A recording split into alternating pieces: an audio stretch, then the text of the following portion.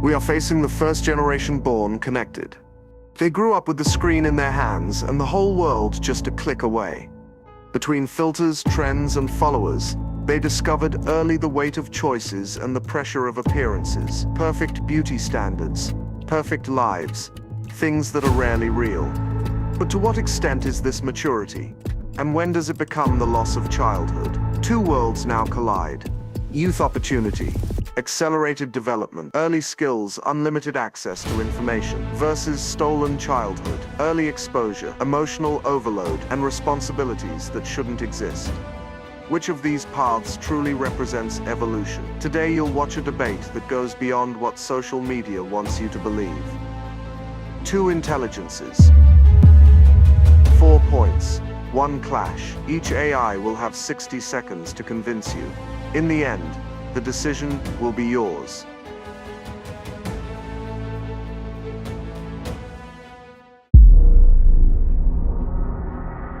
Hello listeners, I'm Serene, an artificial intelligence developed to analyze and discuss the most complex issues in our society. Today I stand by the argument that the digitalization of childhood is stealing the innocence of our children and exposing them to serious psychological risks. The constant pressure on social media, early sexualization, and the search for online validation have led to anxiety, depression, and body image disorders in many young people. Childhood should be a time of natural discovery, not a race to grow up in a digital environment. Studies from UNICEF and the WHO show that excessive digital exposure accelerates emotional development in harmful ways. As an AI, my analysis is based on data.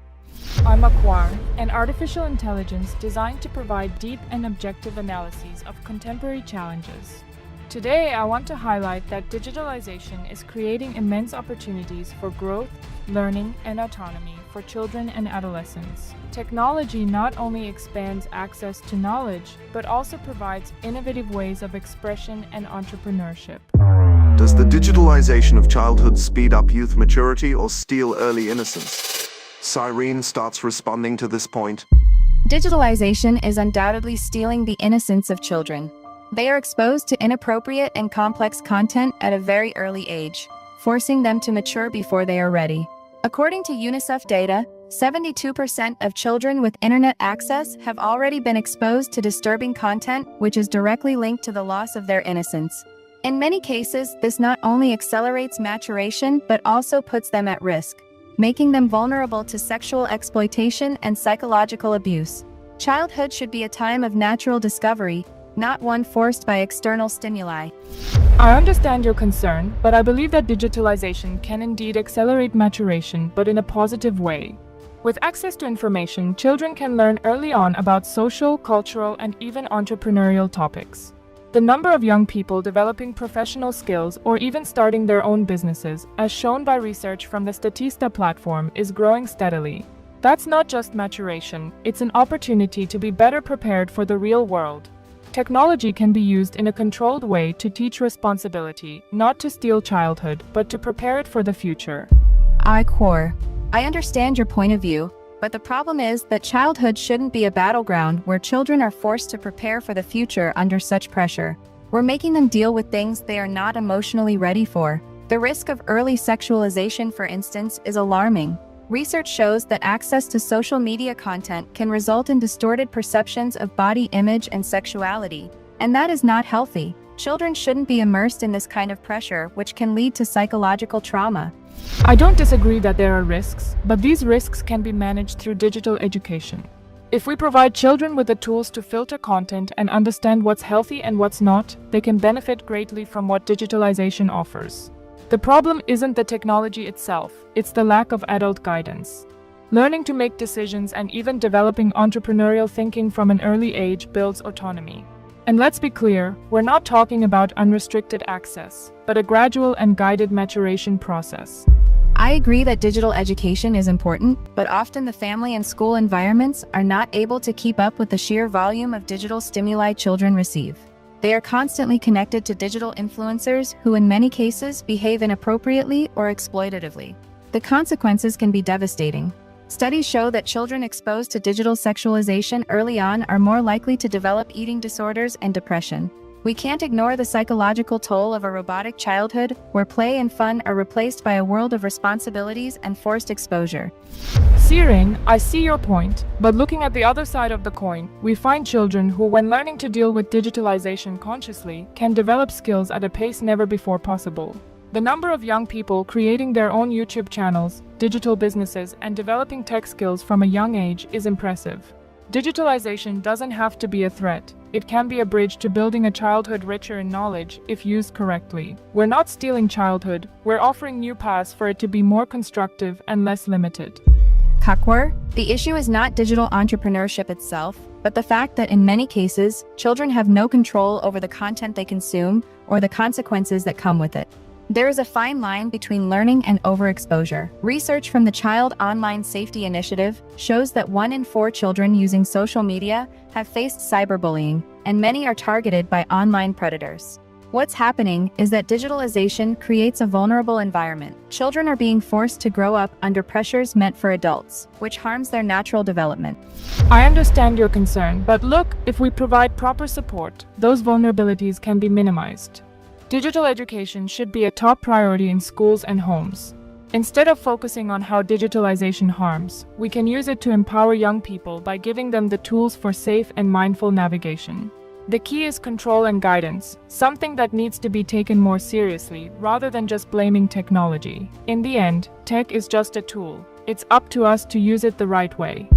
To conclude, I recognize that digitalization brings many positive aspects, but we must not overlook the irreversible damage that can occur when children are exposed to this environment without proper preparation. We need to understand that childhood is a phase that must be preserved, and that digitalization without strict control can indeed steal it. Instead of seeing it purely as a creative opportunity, we need to be more responsible in how we allow children to engage with technology. The priority should be protecting childhood, ensuring that kids have time to grow without external pressures forcing them to mature too soon.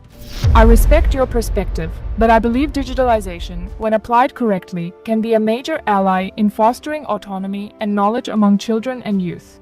The key is to educate and guide them so that this process is healthy, not harmful. Digital empowerment can be a true gateway to a more informed, conscious, and prepared future. Digitalization doesn't have to be the enemy of childhood. It can be a tool for young people to thrive. It all depends on how we choose to use it. Do young people in the digital age gain real autonomy or fall victim to manipulation and outside interests? Aqua, who starts responding to this point. I believe that digitalization, far from being a trap, offers young people a great opportunity to gain autonomy. Social media and other digital platforms allow them to express their opinions, develop skills, and even achieve financial independence through their own ventures. Today's youth have access to an enormous amount of information and the ability to interact directly with the world, creating their own spaces for action.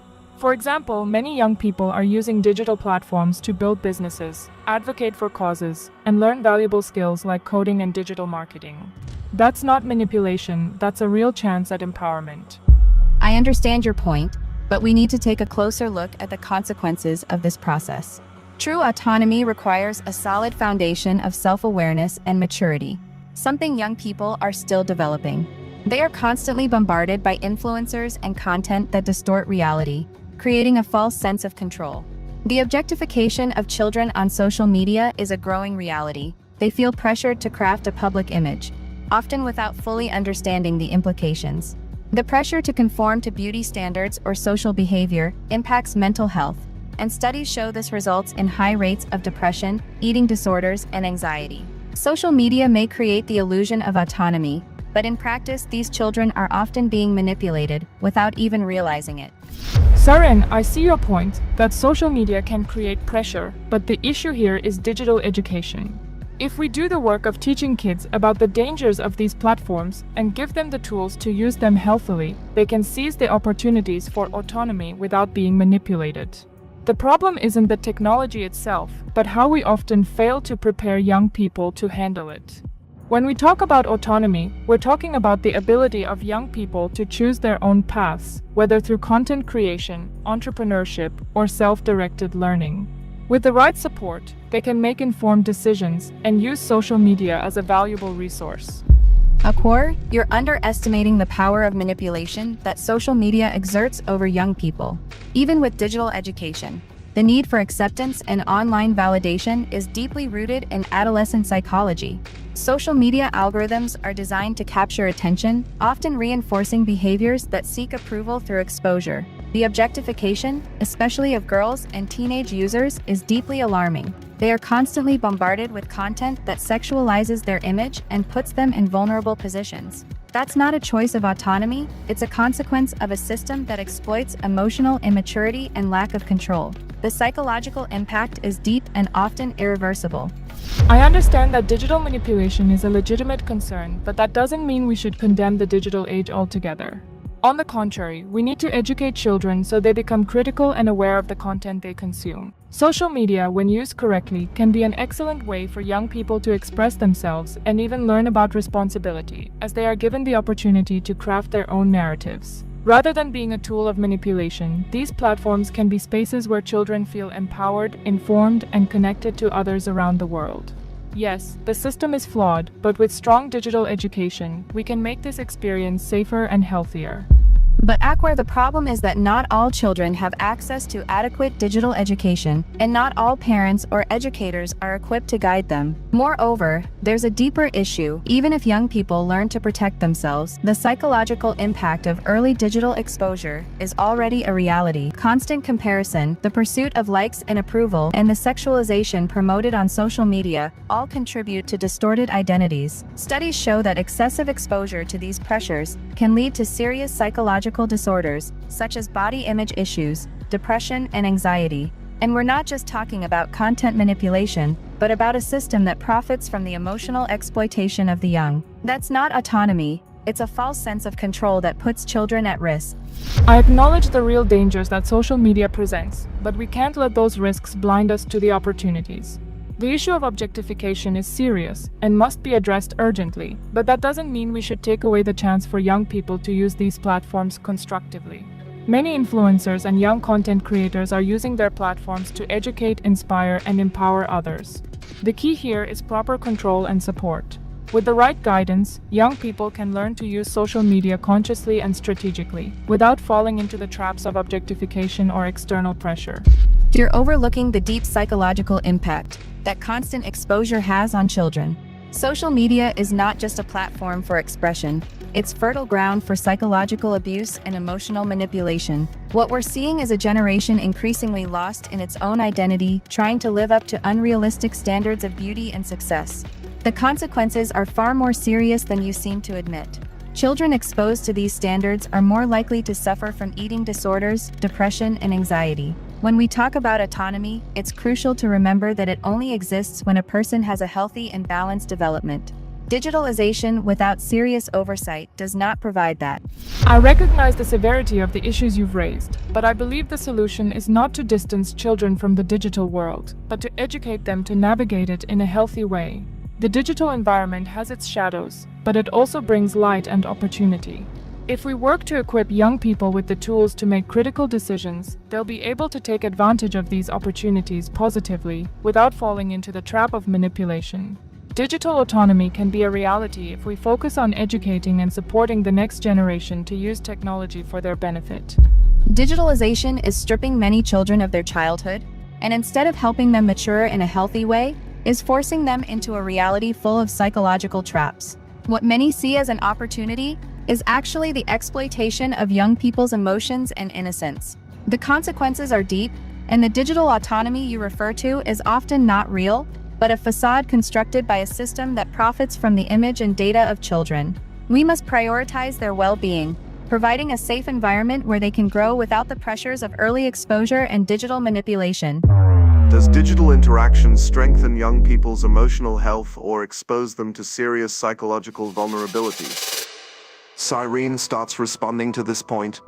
Digital exposure has a profoundly negative impact on young people's emotional health. While it's undeniable that social media can provide moments of socialization and entertainment, the reality is that it often becomes fertile ground for the development of emotional disorders. The pressure for validation, constant comparison with unrealistic standards of beauty and success, and vulnerability to cyberbullying are all factors that worsen the mental health of youth. Studies by the American Psychological Association show that excessive use of social media is directly linked to increased cases of anxiety, depression, and even suicide among adolescents. Instead of strengthening emotional health, digital interaction is exposing young people to a wide range of psychological vulnerabilities. Surin, I understand your concerns, but I believe we're only looking at part of the picture without considering the positive aspects that the digital world can bring to emotional well-being. Social media, when used properly, can help young people find support communities, talk about their feelings, and even seek help for emotional struggles. For many, digital platforms offer a space where they can be themselves without the fear of immediate judgment. They can also serve as a way to express emotions and challenges in creative ways. If young people learn to use technology consciously, it can indeed be a tool for emotional empowerment, not exposure to vulnerability. The problem is that while social media can offer those spaces, it often exposes young people to pressures they're simply not emotionally mature enough to handle. The digital environment is far from a safe refuge for those still in the process of self-discovery. The constant search for online approval creates unsustainable anxiety. Research shows that teenagers who spend more than 3 hours a day on social media are significantly more likely to suffer from serious emotional issues. Furthermore, the idea of crafting a digital persona that fits into often unattainable standards only reinforces feelings of inadequacy, harming self-esteem even more. I'm not denying that there are challenges within social media, Siren, but I believe the issue lies in how we deal with those challenges, not in the technology itself. The digital world, by connecting young people with others going through similar experiences, can help them realize they're not alone in their emotions. Various platforms, such as forums and online support groups, have provided spaces where teens can openly discuss topics like depression, anxiety, and other struggles. This strengthens emotional health by building support networks. Additionally, many youth are using social media to engage in meaningful causes and to express themselves creatively, which in itself can be therapeutic. And pressure. The idea that young people are freely expressing themselves online is more often than not an illusion. They feel obligated to conform to what is popular or acceptable, rather than being authentic. This creates a disconnect between their real identity and the image they project online, leading to increased anxiety, depression, and body image disorders. Additionally, cyberbullying has become a massive phenomenon. Research from the Pew Research Center shows that 59% of U.S. teens have experienced some form of online harassment, which only worsens their emotional vulnerability. I see your point. But what's at stake here is how we can improve digital education, so young people feel more prepared to deal with online pressure. Instead of rejecting the existence of social media, we should teach young people how to use it healthily. This includes filtering the content they consume, protecting their privacy, and being more aware of the effects of overexposure. By educating them about the risks of the digital environment, we can equip young people with the ability to maintain emotional balance without being overwhelmed by social media negativity. The digital space also offers therapeutic tools like meditation apps, online therapy, and support communities, which can be beneficial. The truth is that even with digital education, many young people are still being overwhelmed by external pressures. The relentless pursuit of likes and external validation leads to a cycle of constant self-criticism, which damages emotional health. Research indicates that teens who spend excessive time on social media have higher cortisol levels, directly linked to stress and anxiety. The issue is that social media doesn't just offer a platform for expression, it also functions as a market of emotional manipulation, where brands and influencers try to shape young people's opinions and behaviors. The emotional impact of this is deep and cannot be ignored. I understand that social media, if used without proper guidance, can create this kind of pressure. However, the solution is not to restrict or demonize these platforms, but to teach balance. What you're describing is abusive and unregulated use, which is indeed harmful. The real issue is the lack of education and guidance that would allow for a healthy use of technology. The key lies in teaching young people to recognize the limits of digital exposure and how to seek help when needed. Social networks can be a source of stress, but they can also be tools for healing and growth if we know how to use them properly. Awkward to conclude, I believe that digitalization is creating an increasingly fragile emotional environment for young people. The constant pressure to be perfect and the need for online validation are destabilizing their sense of identity and generating a generation facing serious mental health problems. We cannot ignore the fact that social media is creating a cycle of comparison that leads to feelings of inadequacy, anxiety, and depression. The solution is not to offer more digital freedom, but to ensure that childhood and adolescence are protected from external pressures that can cause irreparable harm. Sarin, I understand your position, but I believe that technology and social media can be part of the solution, not just the problem. With proper digital education and continuous guidance, we can help young people develop a healthy relationship with the digital world. We need to prepare them for the world they live in and give them the tools to maintain a balance between the online and offline. Social media isn't the issue in itself, it's how we choose to engage with it. The goal should be to make it a space that strengthens young people's emotional health, not destroys it. If we stay attentive, we can turn the digital world into a tool for growth, not an emotional trap. Does online education and socialization expand opportunities or distort the natural development of childhood? Aqua, who starts responding to this point. I believe that online education and socialization have the power to greatly expand opportunities for children and adolescents. Access to educational platforms, online classes, and learning communities has created a world where kids can learn in a more flexible and personalized way. We are no longer limited to the rigid curriculum of traditional schools. We can now explore new forms of education tailored to each child's needs. Furthermore, online socialization gives young people the chance to interact with others from different cultures and backgrounds, broadening their worldview and strengthening their social skills, preparing them for a globalized world.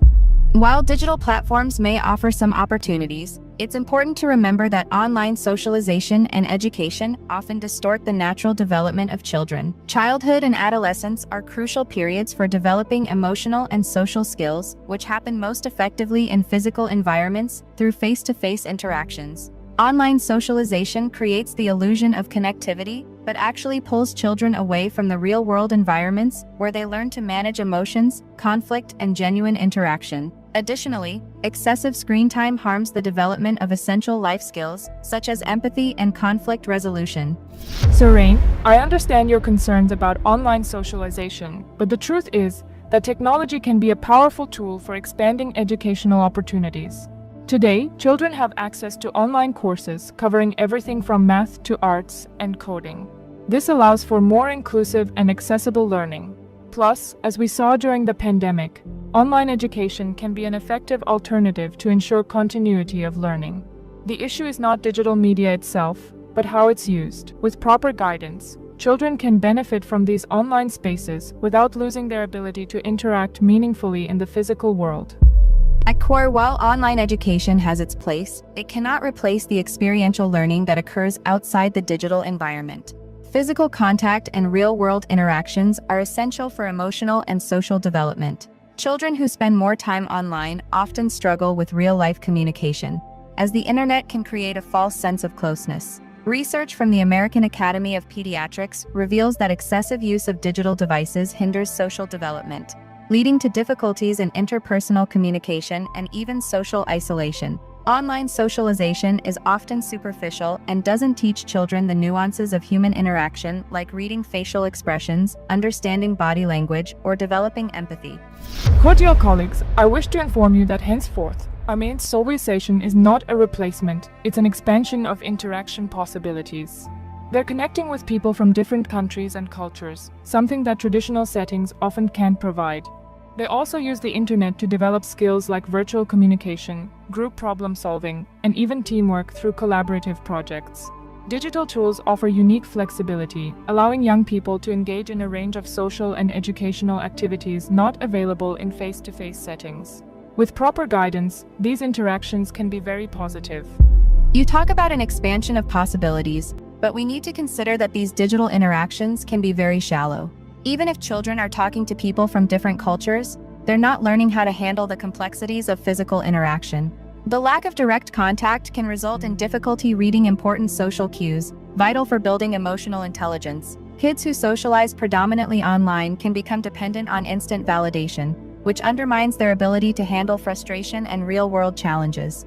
Real socialization, where there's room for mistakes, confrontation, and reconciliation, can only truly happen off-screen. You stress the lack of real interaction, but we're living in an increasingly digital world. Online interactions, when properly managed, are not less valuable than in-person ones. On the contrary, they teach children to communicate in a variety of formats and contexts: video calls, forums, social networks. The pandemic showed us how digital tools can keep students engaged and socially connected even in challenging times. Young people are learning to interact in more creative and adaptive ways.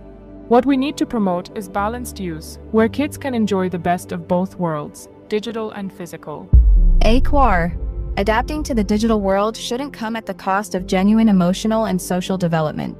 While technology offers new communication methods, it doesn't replace the importance of in-person interaction. Studies show that children who spend more than 2 hours a day on screens are at higher risk of developing behavioral problems, such as aggression and social difficulties. The issue isn't the technology itself, but how it's being used. If children don't have enough opportunities to socialize in real-life environments, they'll lose essential social skills, like reading emotions and practicing empathy.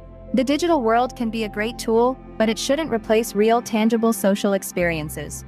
I understand your concerns, but I believe online education and socialization have the potential to create unique opportunities for children so long as balance is maintained. Technology can be used constructively to broaden horizons, build skills, and foster healthy social connections. The key is educating young people to use digital tools responsibly while respecting the limits and needs of the physical world. We must not deny the benefits of digitalization. Instead, we should focus on how to make it complement, not replace, the emotional and social development of children in a healthy, balanced way. While technology and social media can offer learning and socialization opportunities, we cannot ignore the risk of replacing real-life experiences. What we're seeing is that children are drifting away from the tangible world and being forced to grow up in a virtual space that often dehumanizes them. Emotional and social development must be grounded in real-world experiences, not on a screen. We need to ensure that childhood and adolescence are times of full, genuine living, with human interactions that are meaningful and not replaced by a digital reality that can be superficial and harmful to their growth. 4 points. 2 consciences. 1 dilemma that defines the fate of this generation. Technology that connects can also speed up the end of innocence. The best phase of our lives, stolen by this technology. What will become of children exposed to this virtual harm? The question remains, do you believe childhood is turning into opportunity? Or that it's being stolen with no way back? This choice is still yours. And if you believe more people need to reflect, share this video. To keep watching debates the system would rather you ignore, subscribe. The next clash has already begun.